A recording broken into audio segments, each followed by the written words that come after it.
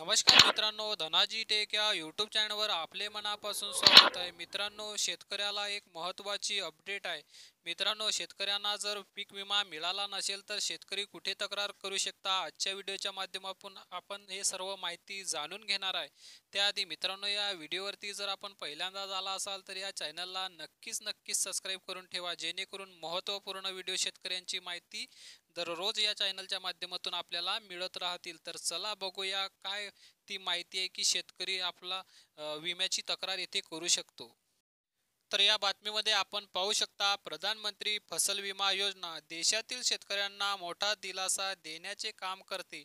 या योजनेद्वारे शेतकऱ्यांना त्यांच्या पिकाच्या नुकसानीसाठी आर्थिक मदत दिली जाते.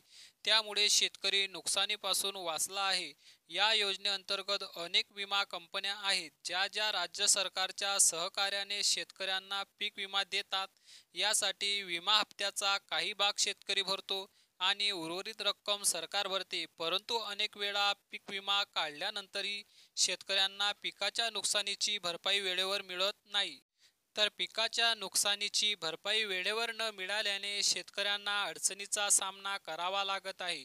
शिवाय त्यांच्या समस्यासह कुठे जायचे हे देखील त्यांना समजत नाही. शेतकऱ्यांना अशा समस्यांना सामोरे जावे लागू नये यासाठी कृषी आणि शेतकरी कल्याण मंत्रालयाने एक टोल फ्री क्रमांक जारी केला आहे.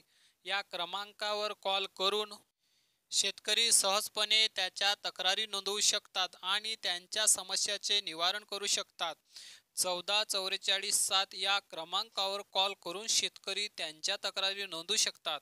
या क्रमांकावर कॉल करून शेतकऱ्याला त्यांच्या कागदपत्राची आणि समस्यांची संपूर्ण माहिती द्यावी लागेल. तक्रारीनंतर शेतकऱ्याला तिकीट ID मिळेल. त्यानंतर तुम्हाला एक SMS देखील मिळेल. त्यांच्या आधारे शेतकरी त्यांच्या तक्रारीचा पाठपुरावा करू शकतात. तर मित्रांनो, अशा पद्धतीने छोटीशी माहिती होती. जर आपल्याला पीक विमा मिळाला नसेल तर या टोल फ्री क्रमांकावर आपण कॉल करून आपली येथे तक्रार येथे जाणून घेऊ शकता आणि आपल्या समस्येचं निवारण करू शकता. आपल्याला का विमा मिळाला नाही याची माहिती आपण येथे पाठपुरावा घेऊ शकता. तर आता पाठपुरावा कसा करावा याचा व्हिडिओ पुढील व्हिडिओमध्ये बनवणार आहे. तर त्याआधी तुम्ही या चॅनलला सबस्क्राईब करून ठेवा, जेणेकरून पुढील व्हिडिओ तुम्हाला मिळेल. तर धन्यवाद.